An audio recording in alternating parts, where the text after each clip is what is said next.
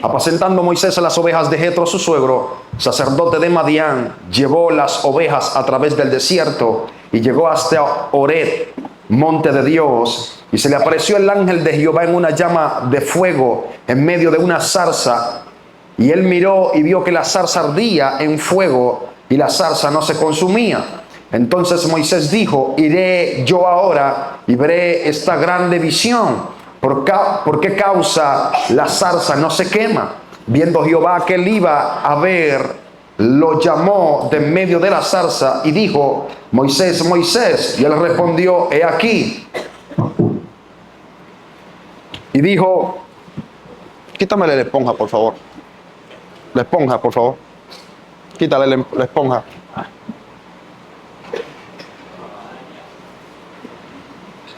Y dijo: no te acerques, quita tu calzado de tus pies, porque el lugar en el que estás, tierra santa es. Padre, gracias por tu palabra, bendice a tu pueblo y que seamos enteramente edificados en los conceptos revelados para este día correcto, en esta hora correcta. Quiero hablarte en este día acerca de cambios de paradigmas y por qué es importante este tema más que nunca dentro de la iglesia. Pues bueno, no he de ignorar, señores, que creyendo en todo lo que esté escrito en la palabra, creyendo todo lo que revela el canon que tenemos, no estamos en los tiempos de Moisés y no estamos en los tiempos de los apóstoles. Esto no quita, para resaltar como número uno, no vaya a elevarle el ojo de la crítica a mi primer dicho en esta hora. Eso no quita de que la vivencia sea la misma, pero también implica que esa vivencia se va a adaptar a cambios adaptables a un mundo que ha cambiado. Y frente a un mundo que ha cambiado, la iglesia necesita también reaccionar de manera correcta a esos cambios. Uno de los problemas que en Latinoamérica se da constantemente en nuestras iglesias es que la iglesia se quedó en el siglo pasado.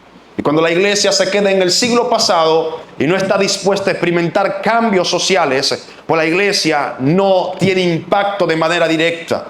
El poder de Dios, su ley, su doctrina, siempre ha de ser la misma, pero no he de ignorar que hay medios que han cambiado, hay situaciones que han cambiado, hay contextos culturales que han cambiado, hay convicciones que han cambiado y necesitamos, como iglesia, tú necesitas como hijo de Dios estar listo para estos cambios que la generación está dando.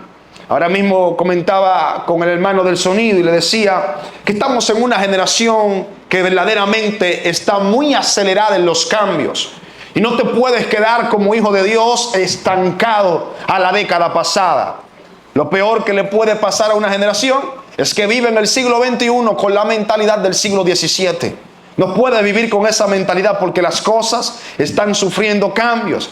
Y yo creo que es uno de los problemas que más enfrenta la humanidad y aún la iglesia pentecostal. La iglesia, si hay una institución que le tiene miedo a los cambios, son las iglesias pentecostales. Tiemblan, tienen temor a los cambios, tienen temor a las evoluciones, no se regeneran. Sin embargo, no he de ignorar que es bíblico que Dios nos hace un llamado a sufrir cambios a través de las generaciones.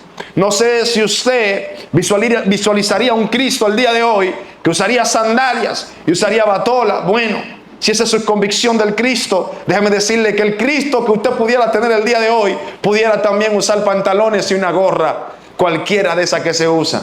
Sería ignorante no pensar que tendríamos un Cristo que no se actualiza. Y es importante que la iglesia conozca cuáles son los cambios que deben de ser efectuados en su vida para bendecir.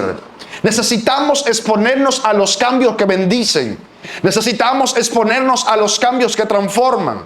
Por lo general, los ancianos avanzados de edad tienen un poquito de temor, porque la larga edad que tiene no le permite cambiar los patrones de vida. Y muchas veces la estancia espiritual y social en la que estamos es consecuencia del formato de patrones que tenemos. Siempre vamos a ser consecuencia de lo que un día nos parió. Y cuando hablo de parir, ir, no te hablo de mamá y de papi, te hablo de la circunstancia en la que naciste, te hablo de la atmósfera en la que te criaste. Alguien habló el día de ayer y habló acerca de las emociones y decía que muchas veces tus emociones están inclinadas a lo que viviste en tu primera estancia de vida.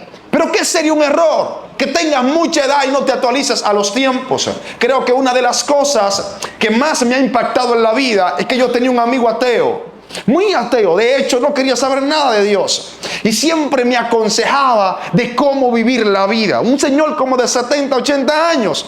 Y me aconsejaba: Orvin, tienes que hacer esto, tienes que vivir de tal manera, tienes que hacer aquello. Al tal punto que un día nos sentamos y nos bebíamos un café. Y me dio una palabra que me impactó bastante. Empezó diciendo: Orvin, ya yo creo en el Dios que tú tienes. Y yo: ¿qué crees en el Dios que yo tengo? ¿Por qué causa? ¿Qué cambió? Y me dijo: los consejos que yo te he dado, he visto cómo han sido materializados en tus actos. Y sería imposible que alguien viva como tú vives si ese Dios que tú dices tener no le ayudara a vivir así. Y yo: ¿por qué lo dices? Porque de hecho a mí me criaron de la misma manera y me dieron todos los consejos que hoy yo te he dado, pero nunca lo pude aplicar. Me dijo: no puedo negar que lo que has vivido ha sido consecuencia de una fuerza superior, porque yo no pude. Ahora, hubo una palabra que me impactó, pero me dijo: tienes que tener cuidado para que no te pase lo que me pasó. Y yo: ¿qué te pasó? Lo que me pasó, Orvin, es que hoy yo tengo proyectos de querer conocer a ese Dios que tú tienes, pero la edad no me ayuda y tengo ciertos proyectos que no puedo cumplir con ese Dios que tú tienes. Y yo: ¿por qué? Me sale: Orvin, yo cometí un error. Es que cuando tuve poca edad fui viejo, y cuando tuve mucha edad fui joven. Y yo: explícamelo. Sí, fui viejo cuando tuve poca edad, porque teniendo poca edad no tuve proyectos de vida. Ahora que tengo mucha edad, sí tengo proyectos, pero ya no tengo las fuerzas. Entonces, lo que define una vida correcta no es la cantidad de años. Me encanta desafiar a la gente que me lleva edad, porque a veces por la edad cuestionan la juventud de alguien. He visto como gente de 50 años sigue cometiendo las mismas estupideces de siempre, porque aunque tiene 50 no ha vivido 15. He visto otros que con 25 años han aterrizado la vida y han demostrado una vida madura, efectiva y fuerte dentro y fuera del evangelio, porque no se definen por los años, se definen por las instrucciones. Hay gente que todavía a los 70 años sigue respaldado de la borrachera y la vagabundería, porque no han aterrizado. Entonces no es la mucha edad que eleva el concepto de vida a la altura de lo que Dios quiere que tengas. Lo que va a elevar tu vida de altura en Dios es la manera en la que reacciones a los cambios que la Biblia profesa que debes de tener. Una vida no actualizada es una vida estancada. No podemos vivir con temor. No puedes vivir con temor a los cambios. La gente le teme a los cambios por ser rechazado, por ser desplazado, por no ser igual, por ser distinto, por ser excluido. Sin embargo, el apóstol Pablo nos enseña a vivir consecuente de los cambios. ¿Qué son los cambios en la Biblia? Bueno, la palabra más asociada para el cambio es la palabra transformación, que el término nace del griego metanoia, de la que se ha entendido como cambio de mentalidad. Sin embargo, desde el oriente cristiano, en cuyo origen tiene esta palabra, se traduce como arrepentimiento.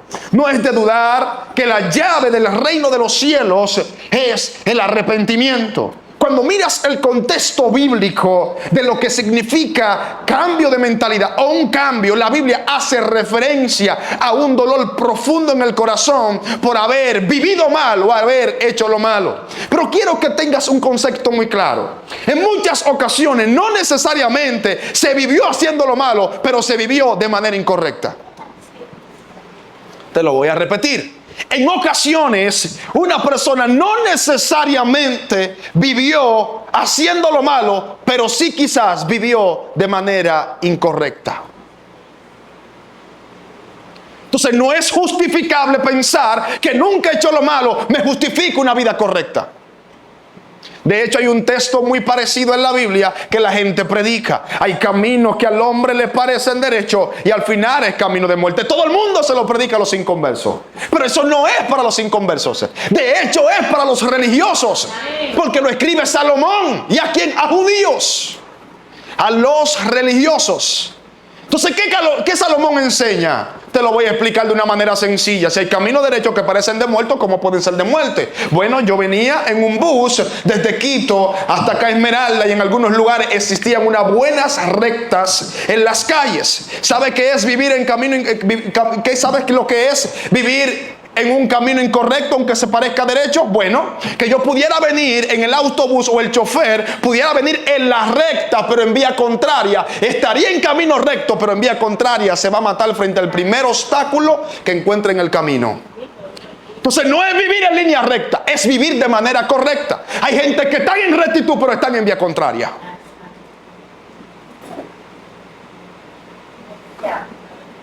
De nada te sirve una vida recta cuando no estás correcto. No es lo mismo estar recto que correcto. Hay gente que en su rectitud abusan. Yo tenía un abuelo que tenía un carácter muy fuerte. Bueno, de hecho mi papá, un hombre recto. Pero su rectitud a veces lastimaba las emociones de sus hijos, porque era demasiado recto. Estar recto sin correcto es una equivocación muy grande. Entonces, más que nunca necesitamos entender los cambios. Jesús viene con este mensaje para revelar el reino. Y Jesús dice: el reino de los cielos se ha acercado, arrepentíos y convertíos. Dos palabras fundamentales que nos hacen accesar a la mentalidad del reino espiritual que Dios te revela. Número uno, el arrepentimiento, que es un dolor profundo aquí por haber vivido incorrecto o haber hecho lo malo. Ahora, la conversión es distinta, y la mayoría de las veces las personas no saben descifrar o definir la conversión en sus vidas. De hecho, muchos buscan definir la conversión de otro cuando no han definido la conversión propia. ¿Qué es conversión? A diferencia de arrepentimiento, que es instantáneo, la conversión es progresiva. La conversión nunca ha sido instantánea. Me cuesta ver una hermanita que andaba con una licra hasta allá, se convirtió, ya el otro día tiene 15 faldas hasta el gollete. Como que no me convence. Bueno, no tiene que convencerme a mí, de hecho, pero como que no me da buena espina. La conversión nunca ha sido instantánea. Tengo 18 años en el Evangelio y de hecho crecí mi infancia en el Evangelio. Quiere decir que mis patrones de adolescencia fueron influenciadas por el carácter cristiano, pero en muchas ocasiones viví incorrecto. Todavía el día de hoy Dios me sigue procesando cambios y me sigue llevando a transformaciones. ¿Por qué causa? Porque la conversión es progresiva. ¿Y de qué aspectos podemos hablar de la conversión? Bueno, del cambio de vida de pecado. Pero creer que la conversión que Cristo trae simplemente es el cambio de pecado es errar en ciertas verdades. Cuando Cristo llega a tu vida, te cambia el concepto de cómo ves las cosas. Aún hasta te regenera las finanzas. Hay gente que simplemente son convertidos en la área religiosa, pero en ninguna otra área Cristo le afectó, porque no han comprendido los cambios que traen estas buenas nuevas. Cuando las buenas nuevas de Cristo son la rigidez de tu vida verdaderamente es transformada. Te estoy haciendo un fundamento para que comprendas que los cambios son necesarios. De hecho, necesarios no. Los cambios son esenciales. Porque sin cambio no se puede vivir una vida actualizada. Sin cambio no se puede vivir una vida progresiva. Le dije al hermano del sonido, 5 años más adelante, todo el que estudió en la universidad va a tener que estudiar de nuevo, hacer una maestría. Porque los cambios tecnológicos que vamos a sufrir en los próximos 5 años le van a exigir a todo el mundo conocer un poco de inteligencia artificial. Puede que hayas hecho una inversión de 5 años en la universidad, pero si te quedaste en el pasado, si te quedaste en los antiguos conceptos de cómo manejar la profesión, nadie te va a contratar. ¿A qué me aferro? ¿Me aferro a la vida que me estanca porque simplemente así aprendí? ¿O me aferro a los cambios regidos por la Biblia que me transforman, que me bendicen, que me empujan, que me hacen crecer matrimonialmente, que me bendicen el matrimonio, la fe, la familia, el concepto social, el concepto cultural, el concepto, todo me bendice? ¿Qué hago? ¿Me quedo estancado? No. Yo vine a desafiar a cada persona aquí. Porque hay un hombre en la Biblia que de hecho era muy avanzado de edad. Era un hombre que ya tenía un poquito de edad avanzada. Y ese es Caleb. Y él dice, la misma fuerza que yo tengo cuando tenía 45, la tengo hoy. El hombre tenía una determinación para conquistar que los tiempos no se le estancaron. ¿Cuánta gente hoy está estancada porque no se pudo actualizar a los tiempos y por eso dejó de conquistar territorio, dejó de conquistar finanzas, dejó de crecer emocionalmente, espiritualmente, porque como aprendió así se quedó, nunca creció más de ahí?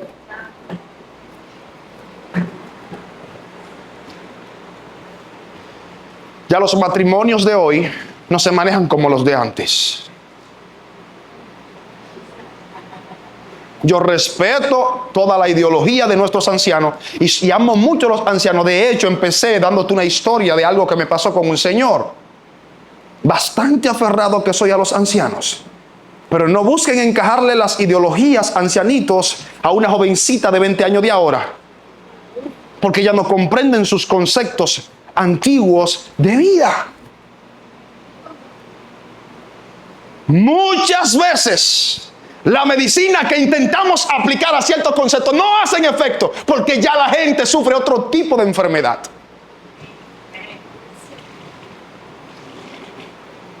Yo escucho totalmente, nunca hablaría en contra de la experiencia, pero hay realidades que hay que enfrentarlas.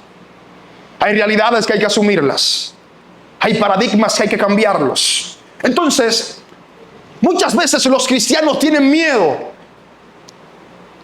Escuché de un pastor donde nací, al que se le explicaba algo doctrinal a la luz de la palabra, y su respuesta fue, verdaderamente tienes razón, y eso es lo que la palabra dice, pero ya son 40 años que hemos escuchado esto. ¿Cómo cambiarlo? Escuchen la excusa de un pastor. Mira, tu iluminación bíblica es correcta, pero tenemos 40 años en este formato. ¿Cómo lo cambiamos? ¿Cómo generamos un cambio? Bueno, la Biblia demuestra que dentro y fuera de la Biblia los cambios siempre sufren un rechazo por una multitud. No hay que temer a los cambios, pues si tenemos 40 años equivocados, pues tenemos 40 años desperdiciados. No es una honra eso. De hecho, la Biblia revela que los hebreos duraron 40 años en Egipto. 400 años, en Egipto. Y Dios los saca de Egipto para darle una nueva manera de vivir.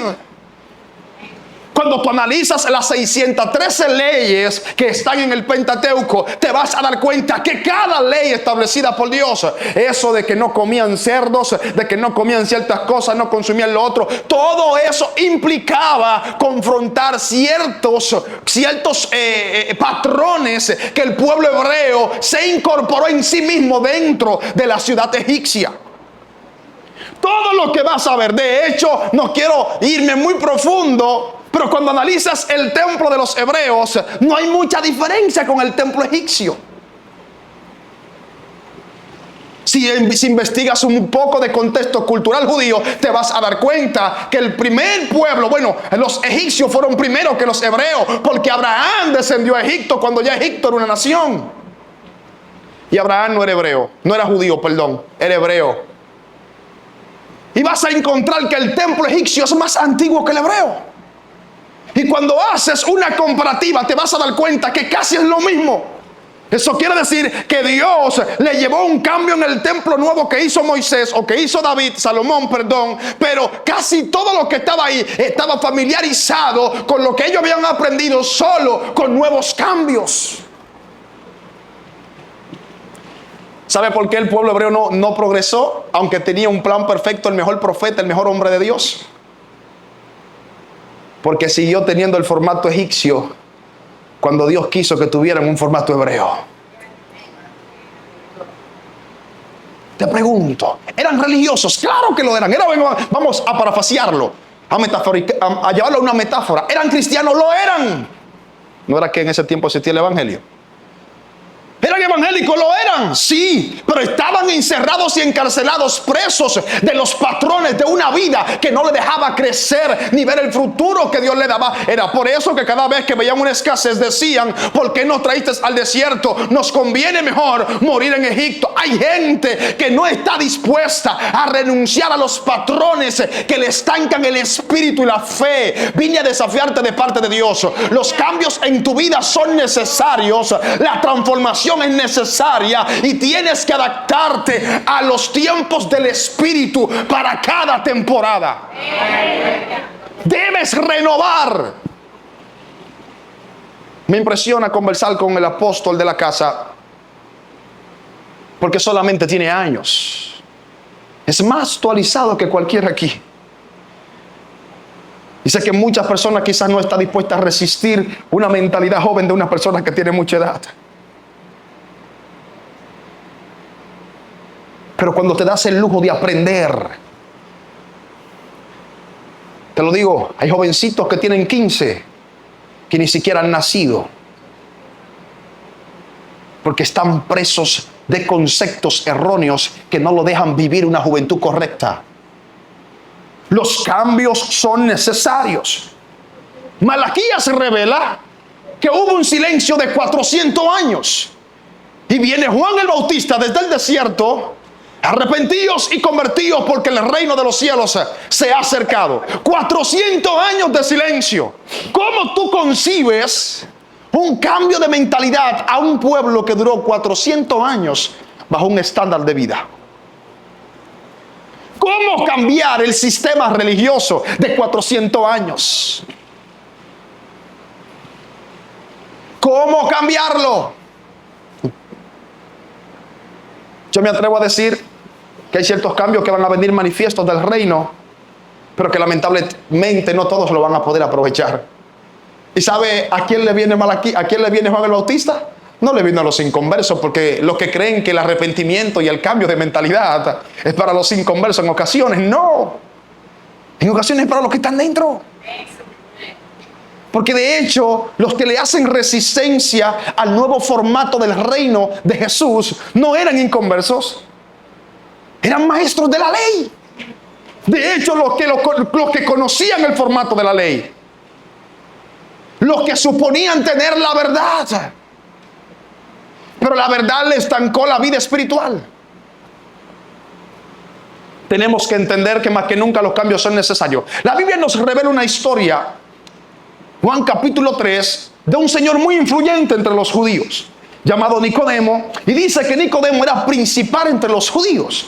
Este hombre tiene un nombre y unos patrones ejemplares en el que no simplemente era influyente, sino que también era un ejemplo religioso en la sociedad. Y este hombre, muy riguroso con sus leyes, un día viene de noche a encontrarse con Jesús. No sé qué le pasó a Nicodemo ese día, quizás se acostó como cualquier otro día a dormir, pero parece que el deseo de cambiar algo no lo dejó dormir tranquilo. Parece que lo que vio a Jesús manejar es increíble pensar. Nicodemo tenía que pasar por encima de los 50 años. Porque para ganarse un nombre entre los judíos a una temprana edad era imposible. Había que tener experiencia. ¿Y cómo Nicodemo agarra la experiencia de la religión, la mete en un zafacón y se va a consultar al que trae los cambios? En ocasiones tu experiencia religiosa, que no te permite desarrollar un don, que no te permite desarrollar una visión, vas a tener que meterle un zafacón y aprender del que está funcionando. Nunca intentes aprender del que no está funcionando. Siempre critique el que no hace nada. Te aseguro que el que está enfocado haciendo algo no tiene tiempo para criticar al que no hace. Siempre el que no ha cambiado va a criticar al que cambia.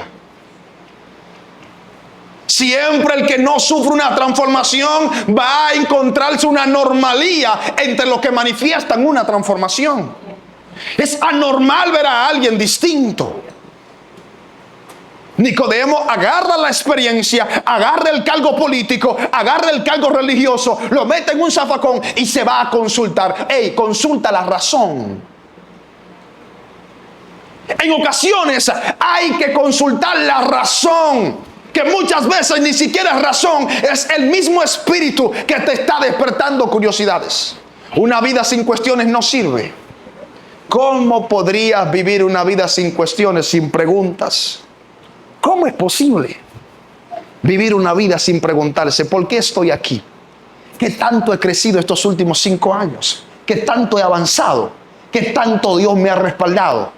¿Qué tanto he podido crecer en cada visión, cada proyecto que Dios me ha entregado? Las cuestiones son fundamentales para los cambios. De hecho, Jesús siempre estuvo abierto a las cuestiones. En ocasiones veo como la religión le roba las cuestiones a la gente. Hablo en confianza porque estoy aquí y sé cómo la madurez que hay de liderazgo aquí. Pero en ocasiones he estado en iglesias en las que preguntar ciertos puntos doctrinales de la iglesia no se podía. Prohibido. Te censuraban la pregunta. Cuando te censuran las cuestiones, te están privando la libertad. Si estás en una institución en la que no puedes hacer cuestiones, te han privado de la libertad. Y no, ese tema no se toca. De ese tema no se puede hablar. ¿Cómo vivir dentro de una institución en la que no puedo expresar la convicción de lo que Dios me ha dado? De hecho, las cuestiones son las que traen el aprendizaje. No se puede dejar de aprender en la vida. Dios te dio 5 responsabilidades. 5 responsabilidades en las que se manifiesta la vida. Número 1, una responsabilidad intelectual. Lo primero que Dios da no es una responsabilidad espiritual, te mintieron con eso. Es una intelectual y lo revela la Biblia. Cuando Dios crea a Adán, Adán tuvo que aprender quién lo creó. Tuvo que aprender a escuchar, a comunicarse. Entonces, para Adán saber lo que él era, tuvo que hablar con quien lo creó. Entonces necesitabas intelectualidad para poder desarrollar una comunicación espiritual. Porque ¿cómo conoces la Biblia si no la lees? El leer es intelectual. Entonces la primera responsabilidad que Dios te entrega es intelectual. En tu vida nunca debes dejar de aprender. Sé que quizás estoy diciendo cosas que pesan mucho, pero no puedes darte el lujo de aprender. Si dejaste de aprender, estás dejando de tener una responsabilidad. Alguien me preguntó, Olvin, ¿estás a tiempo completo en el ministerio? Y yo, claro que estoy a tiempo completo. ¿No trabajas, no laboras? Y yo, sí, laboro. Entonces, ¿cómo es que estás a tiempo completo? Pues bueno, yo comprendo y estoy convencido de que hay gente que Dios la llama a tiempo completo. Estoy convencido de eso. O no a tiempo completo, a dedicarse nada más al ministerio. Pero tiempo completo es cumplir con estas responsabilidades que te voy a dar. Te di la primera, la intelectual, la segunda, la espiritual. La tercera, ¿cuál es? Una responsabilidad social. Dios le crea a Eva, pero Adán no podía ser esposo si primero no conocía a quien le crearon. Dice que conoció a Eva. Oh, esta es mi esposa, carne de mi carne.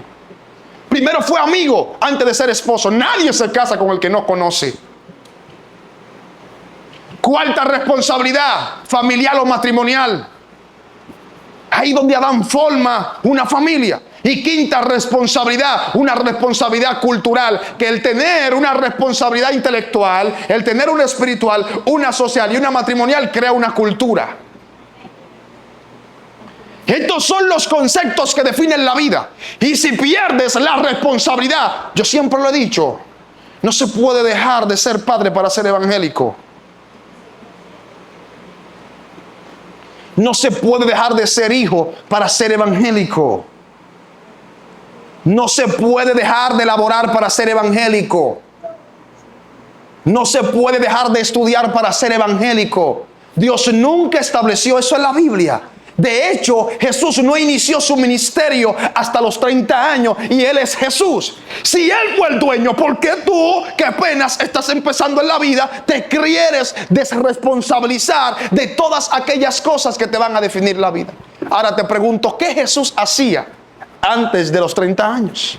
¿Te has preguntado? Lo definieron como un carpintero. Eso implica varias cosas. Tuvo que aprender. No vino con el título, yo soy Dios y todo lo que yo le pongo la mano se hace. No. Dice la Biblia que crecía en sabiduría debajo de autoridad de sus padres. Aún estuvo bajo autoridad. Aún se iba al templo a aprender. Jesús vivió bajo una vida responsable antes del concepto de su ministerio. Tengo como 9 años en el ministerio, soy joven y nunca he dejado de trabajar. Todavía a mí Dios no me ha llamado a dedicarme no más al ministerio. Tengo una responsabilidad. ¿Cómo yo compro en el supermercado? Dios te bendiga, Dios me mandó. Ah, funciona así. ¿Y cómo se paga la renta? No, que fue el Señor que me mandó a vivir aquí. Sea responsable. No veo como especialmente en mi país constantemente se da este hecho. Un sinnúmero de jovencitos que apenas están empezando la vida, dicen que Dios lo llamó al ministerio. No se case con un joven que no trabaje. Déjese de cuento. Que en el monte de rodillas no aterriza el saco de arroz. Sí, porque creemos que la oración hace las cosas por arte de magia. De hecho, voy a profundizar algo aquí, porque ¿sabes algo?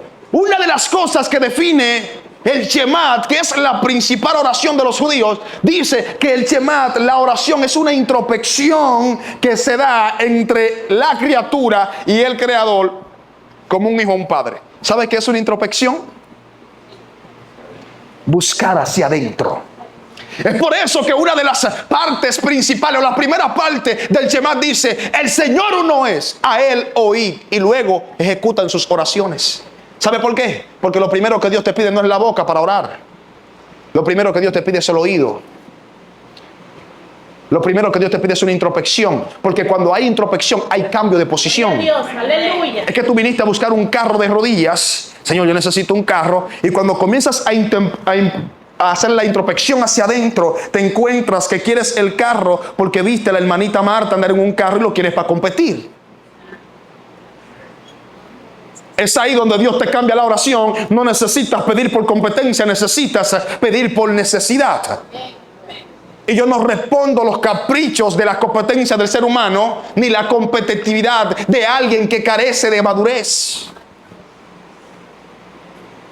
Cada oración que has hecho muchas veces no es contestada por tu concepto de cómo mirar la oración. Introspecciona, porque cuando introspecciona vienen los cambios. ¿Sabe cuál fue el problema del fariseo? Y voy a hablar del paradigma del perdón. Que el fariseo, viene el tipo a orar: Padre, te doy gracias, ni se arrodilló, porque no soy como los otros hombres. Y miraba a un publicano que estaba ahí por el hombro. Yo ayuno 3 veces a la semana, y se acercaba para que el otro lo escuchaba. Diezmo de todo lo que tengo, no soy ladrón, ni adúltero, ni pecador. Esa era su oración. El otro tenía toda la culpa de vida, y cuando miraba al cielo se acordaba de todos sus pecados y bajaba la cabeza, porque sentía que los ojos de Dios lo miraban. Y Jesús pregunta: ¿quién descendió justificado para su casa? De hecho, que el publicano. El otro tenía una vida de religión, pero tenía una vida sin cambios sinceros. Tenía un estándar. Los estándares religiosos no definen una vida transformada para Dios. Puede que tus cambios religiosos exteriores le definan a la gente que eres cristiano, pero puede que Jesús desde el cielo no te esté viendo como un discípulo sincero. No es lo mismo llenar los estándares religiosos de una sociedad que llenar los estándares divinos. Y no se trata de que tú vas a ser capaz de llenar los estándares divinos, pero cuando te sometes a cambios, el cielo ve tu sinceridad y tu humildad. Entonces, señores, encontramos algo aquí, y voy a ir avanzando un poquito para terminar. Es que Nicodemo se encuentra con Jesús. Y cuando se encuentra con Cristo, le dice: Maestro, sabemos que has venido de Dios, porque nadie hace lo que tú haces si Dios no está con él. Las evidencias, el fruto. Señores, aprenda. Deje de estar escuchando cosas de gente que no tienen fruto. Si no se te nota, no te creo. No me venga con vaina, decimos los dominicanos. gente opinando de ministerio. Ay, que el pastor modesto. Gente que nunca ha tenido un ministerio. Los cambios siempre van a eliminar la crítica social, sino que te va a llevar a la crítica personal. Ay, que porque la hermanita canta esa canción. Hermano, usted no canta ni en el baño. Cállese. Intentando cambiar a otros cuando no tienen cambios propios. Solamente los cambios propios van a poder cambiar a otros, no la crítica. Recuerdo, ¿sabe por qué casi a mí me ponen en disciplina en una ocasión? Jesucristo. A mí me ponen en disciplina casi en una ocasión porque yo hacía flyers. ¿Sabe lo que es flyer? La fotito que publicamos en las redes sociales. Por ese hecho, tú haces las cosas para que te vean. Gente que no tiene luz propia. Hoy lo están haciendo ellos.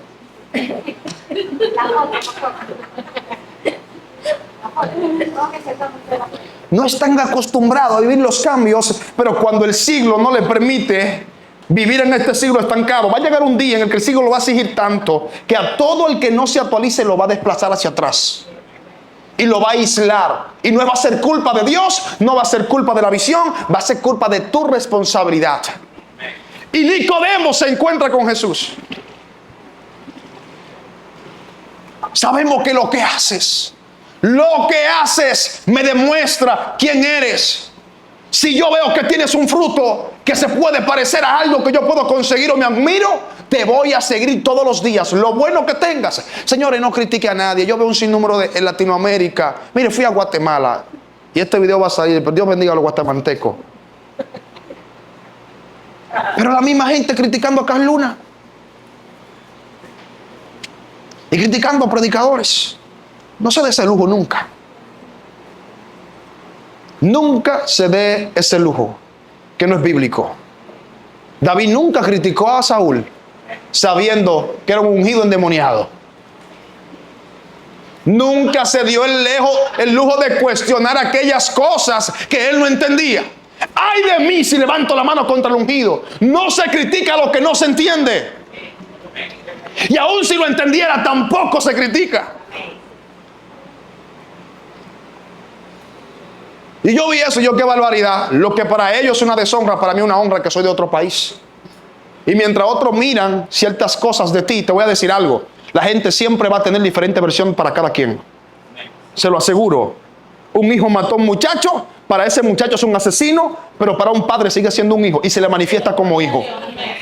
Puede que el asesino diga, sí me mató mi hijo, están diciendo la verdad, pero el padre también está diciendo es un buen hijo, porque siempre se comportó como un buen hijo. Ambos tienen razón, porque cada uno tiene una versión distinta de la persona. Puede que tu versión de Marta, que es una chismosa, es cierto. Sí, es verdad, pero esa es tu versión. Quizás conmigo es una mujer seria, callada, reservada, que aprende, que entiende y que comprende. Tus conceptos del pastor no son mis conceptos. Puede que algo estés haciendo tú que no se te está manifestando como lo está haciendo conmigo. Hay que definir. Es por eso que aunque sea cierto lo que dicen, no te creo porque no es lo que vivo con él. Amén, gloria a Dios. No me puedo acondicionar por lo que tú vives con la hermana. Tengo que vivir con ella por cómo ella vive conmigo. Entonces por eso que uno comienza a eliminar cuestiones. Para los fariseos Jesús era un malcriado, claro. ¿Era cierto, sí o no? No le volcó toda la mesa en el templo. Era cierto. Y la gente te va a afectar como lo veas, cómo lo recibas. Unos decían, y este no es el carpintero, nunca le pudo hacer un milagro, porque claro, lo miraban como un carpintero. ¿Era cierto? ¿Sí o no? Y no era carpintero. Habían otros que lo recibían como el Mesías. ¿Qué le hacían? Milagros, manifestaciones, sanidades, revelaciones, enseñanzas. Porque lo recibían como lo que mayor era. No me recibas en virtud de mis defectos. Recíbeme en virtud de todos los atributos positivos que Dios me ha dado para bendecir tu vida.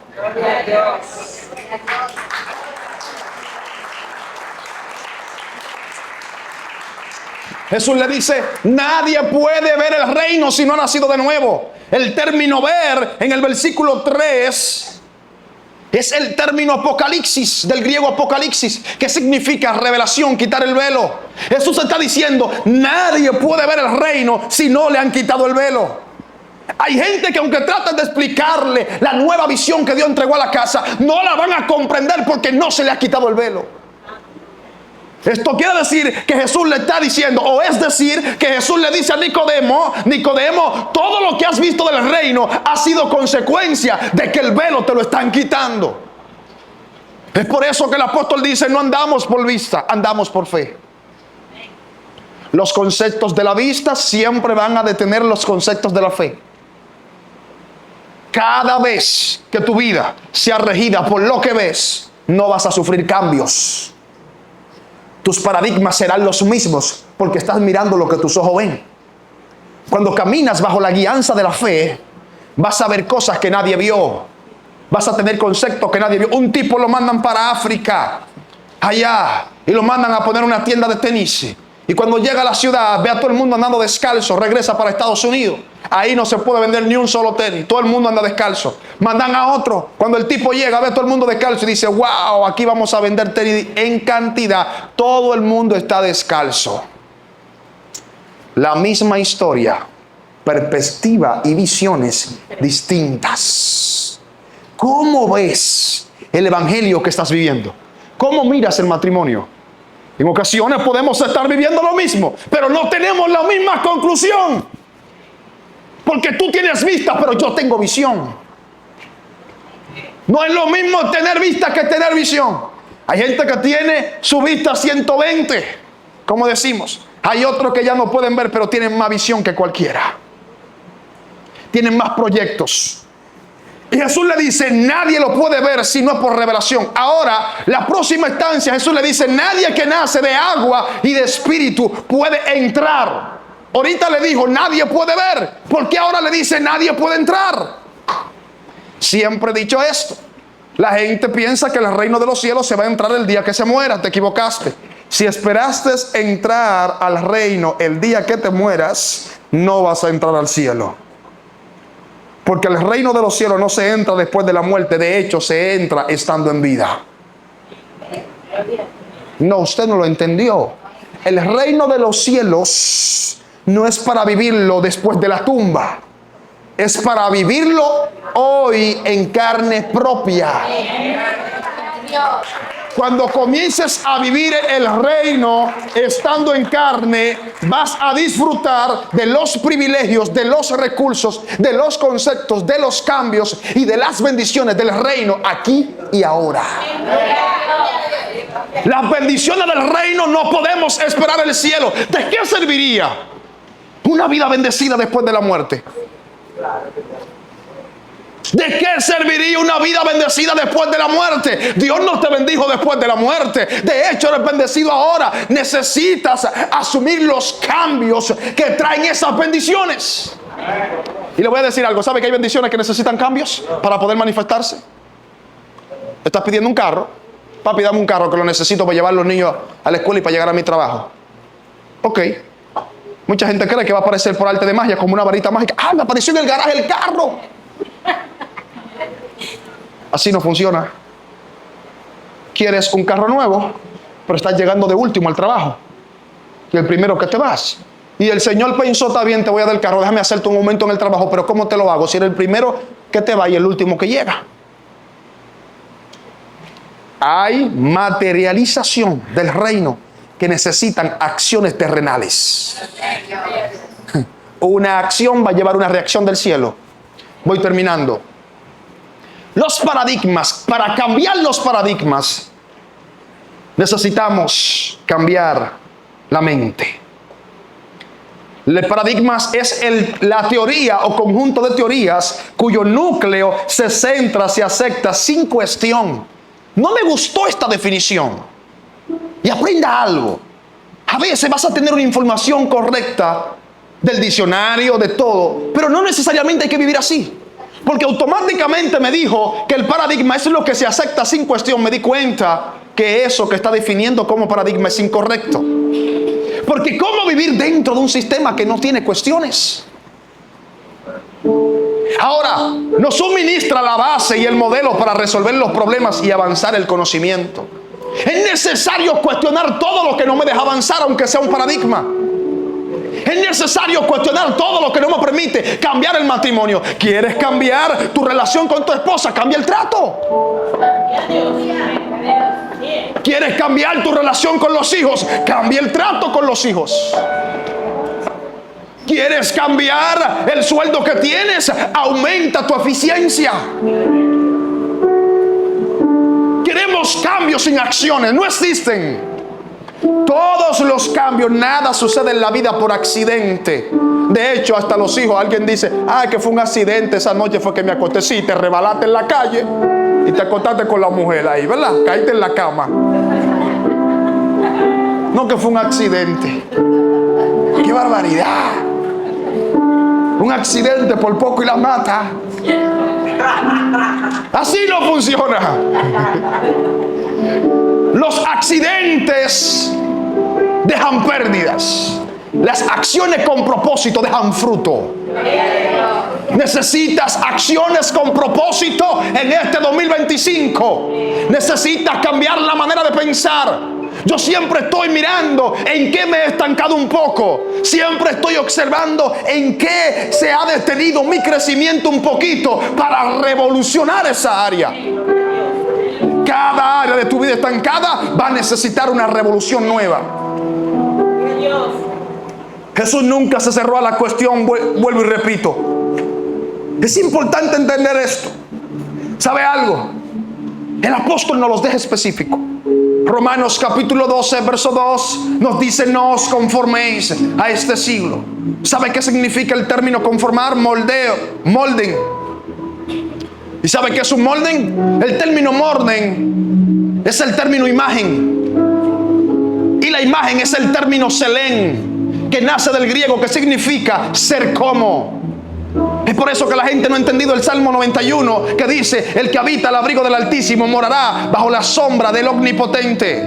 ¿Sabe qué es la sombra? La sombra, imagen. Cada vez que yo me paro en una luz, esa luz deja una sombra. Y lo que el texto está diciendo, lo que poseen la imagen del Cordero o la imagen de Dios, como Adán la tuvo, estos estarán bajo la cobertura.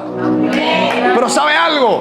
Hay luces, hay iluminaciones que distorsionan la imagen y dan imagen distinto. ¿Sí o no? En ocasiones la imagen es pequeña, en ocasiones es más grande. Ponte en una luz que te deje proyectar algo grande. No es lo mismo estar debajo de un bombillito de esto que pararse frente a una luz de un faro de la ciudad y se va a marcar hasta en el cielo. Entonces es importante entender que si queremos cambiar algo, tenemos que hacer un cambio en nuestra vida. Y el apóstol dice: no se conformen al sistema del siglo, ese sistema que estanca, ese sistema que te aleja de Dios, ese sistema que no te permite crecer. Yo no creo en ser cristiano y dejar de crecer en la vida. No puedes ser cristiano y vivir más estancado que cuando eras inconverso. No puede ser cierto. No es verdad que Dios llegó nada más para cambiarte la borrachera. No. Jesús es más que la borrachera. Cuando Jesús llega, te cambia el sistema de vida, te cambia el concepto de fe, te cambia el concepto de vista y te lo transforma en visión. Te transforma todo. Es por eso que decían de él habla como quien tiene autoridad. Sus palabras no solamente son dichos, son efectivas para transformar sistemas, conceptos, rudimentos, pensamientos, patrones. Yo vine a hablarte de parte de Dios y vine a decirte: hay un cambio. Y dice la palabra, me llamó la atención. El Salmo, Isaías 43. Hay un texto en el verso 18 que dice: yo hago algo nuevo. Pero ¿sabe algo? Para que haya algo nuevo, Dios necesita una nueva acción del pueblo. Dice: no os acordéis de las cosas pasadas. Pero ¿sabe qué dice el primer texto? El primer texto dice: yo te creé, oh Jacob, engañador. Y te formé, oh Israel, padre de naciones. Todas las veces que Dios cambió el nombre, cambió la historia.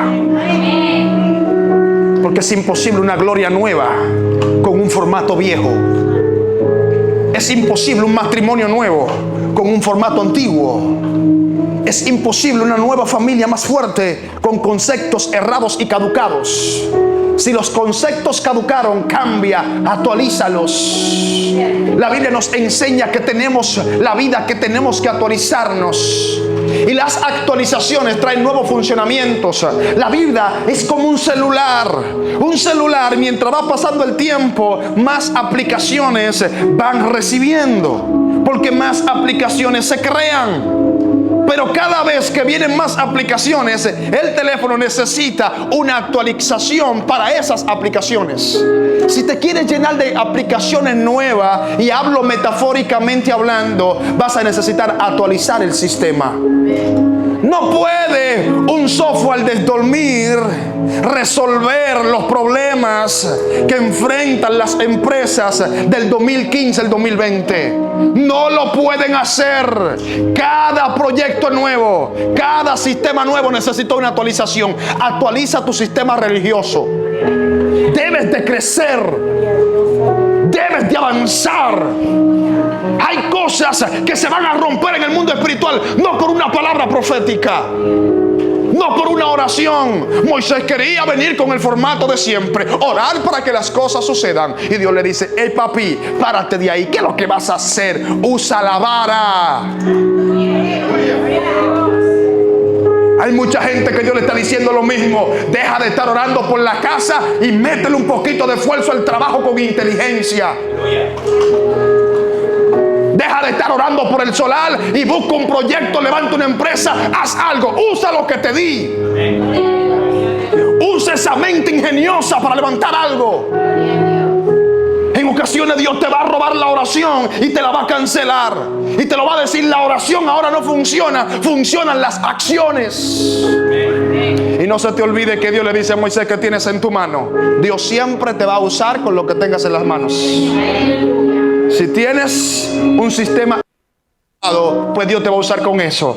Pero sepa algo, que aunque Moisés dice: tengo una vara, no se te olvide algo. Moisés era arquitecto, tenía una mente brillante. Y te dijeron que Moisés no sabía hablar. Mentira del diablo. Moisés le dice a Dios: yo no sé hablar, pero no se está refiriendo a que era tartamudo. Se está refiriendo a que no sabía hablar perfectamente el idioma hebreo. Es por eso que vas a encontrar que Bernabé, en el libro de los Hechos, dice Moisés que era perfecto en palabras. ¿Cómo es que era perfecto en palabras si allá atrás me dice que no sabía hablar? Era el idioma que no sabía expresarlo. Se crió en el concepto egipcio y aprendió la lengua egipcia. Ahora, ¿por qué Dios no llama a Aarón? ¿Por qué Dios no lo escoge? Él se lo dice y se lo recomienda: usa a Aarón. ¿Sabe por qué Dios no podía usar a Aarón? ¿Sabe por qué? Porque Dios tenía intención de revelar los planes del templo, los planos del templo. Nunca había ido a una escuela de arquitectura, no sabía de trazar. Imagínense que Dios se le sentara a Aarón: siéntate papi, trázame 15 codos a la izquierda. ¿De qué? ¿Qué va a entender de eso? Claro que no va a entender un plano, porque el hombre nunca ha visto. Y después decimos: Dios me capacita. Dios nunca capacitó a nadie. Dios dio conforme a la capacidad. El don es de Dios, pero la capacidad es tuya. Los recursos son de Dios, pero el formato es tuyo. No quiero hacer una manera comparativa, pero no es de dudar que el apóstol Pablo fue más trascendente que Pedro. ¿Por qué? Si Pedro era el tipo que caminaba, no necesitaba decir nada y la gente se sanaba. Porque tiene una grande unción, pero no tenía una gran estructura. El apóstol Pablo se sabía hasta las tildes de la ley. Es por eso que aunque tenía menos unción, tenía más impacto, porque tenía más estructura. Y aunque era un plan de Dios, Pero por eso el plan de Dios busca que a los que se le va a manifestar en grande tengan grandes estructuras de cambios. Y cerré. ¿Sabe qué pasa con Moisés? Cuando Dios lo llama, Dios le dice: papi, te estás acercando, pero no puedes estar cerca con las sandalias. Quítatela. ¿A Dios le molestaba unas sandalias?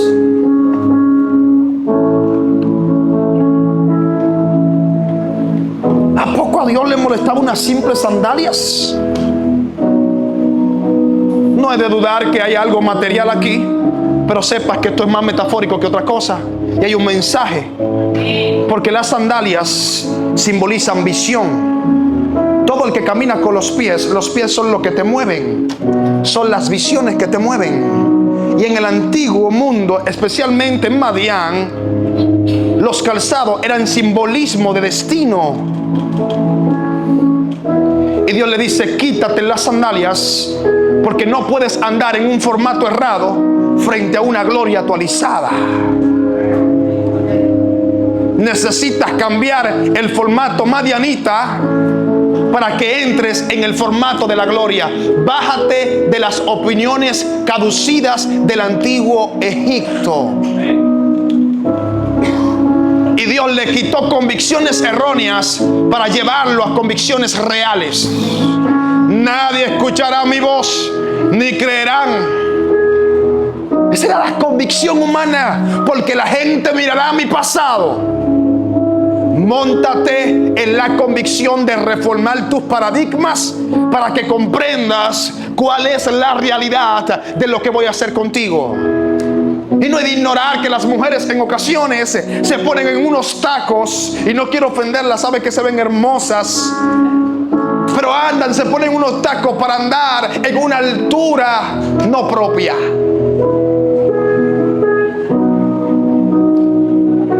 Se ponen unos taquitos para andar en una altura no propia, ¿verdad? ¿No es así?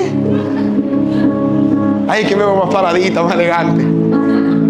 Y Dios te dice: no me andes con la altura de la apariencia, ándame con la altura de la esencia. No estoy hablando en contra de los tacos. No me malentienda. Ya va a decir: ya hizo el predicador una doctrina que no se puede andar en tacos. No estoy explicando eso. Estoy diciendo que en ocasiones Dios te va a bajar de las sugerencias de calzado que te dio el mundo para que andes descalzo. Eso es un mensaje: quítate las sandalias, porque esa te la puso Madián. Descalzo te lo di yo, camina en lo que yo te di. Tienes que aprender a creer en lo que Dios te dio. Si tú no crees en lo que Dios te dio, nadie va a venir a creerlo por ti. En ocasiones Dios te va a bajar de las sugerencias pasadas. ¿Sabe cuál es la hipocresía de Saúl? Ten cuidado con las sugerencias y los paradigmas ajenos. Tus paradigmas no me funcionan a mí. Hay ley, hay doctrina, pero tus paradigmas no necesariamente me funcionan a mí. ¿Sabe qué hace Saúl? David, ponte mi armadura. Papi, pero si es la armadura, pelea tú. Tú tienes 40 días aquí con la armadura y no has hecho nada. ¿Por qué me la quieres poner a mí? ¿Sabe cuál es la visión de Saúl? Que cuando saliera el muchachito vestido de la armadura real, dijeran: el rey mató a Goliat, para robársele la honra al que verdaderamente peleó. Es por eso que todas las sugerencias uno no las capta, porque hay gente que te quieren dar un consejo no porque te quieren ver bendecido, es porque luego que tú alcanzas lo que Dios quiere, dicen: ese está ahí por mí. No andes con sugerencias ajenas. Puede que lo que tú hayas hecho haya sido muy efectivo en tu vida, pero a mí no me funciona, papi. Hay cosas que te funcionan a ti que a mí no. Hay cosas que a ti se te dan y a mí no. Yo voy a cambiar los paradigmas que me han errado a mi propio yo en esta temporada. Yo necesito un cambio, pero necesito accionar. Dios más que nunca quiere verte bendecido. Y el apóstol dice: transformen su mente. El apóstol dice: sino transformaos por medio de la renovación de la mente. No podrás cambiar la vida si no cambias la mente. ¿Quieres cambiar la vida? Tendrás que cambiar el formato de pensar. Hay gente que está esperando tener una buena vida para pensar mejor. De hecho, no es así. Hay gente que está esperando educarse financieramente cuando llegue la plata. De hecho, no va a llegar.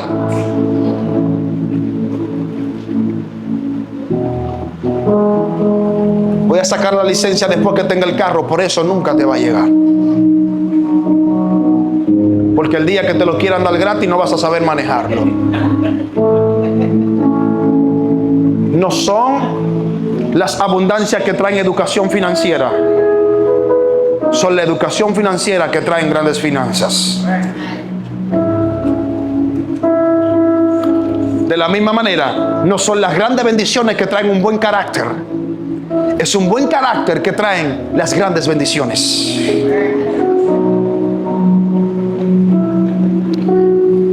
No es el gran favor de Dios que trae grandes acciones. Son las grandes acciones que comprueban que eres capaz de recibir más favor. Porque hay un día en el que Dios viene a probar todo lo que hiciste con lo que te entregó. Póngase de pie, por favor.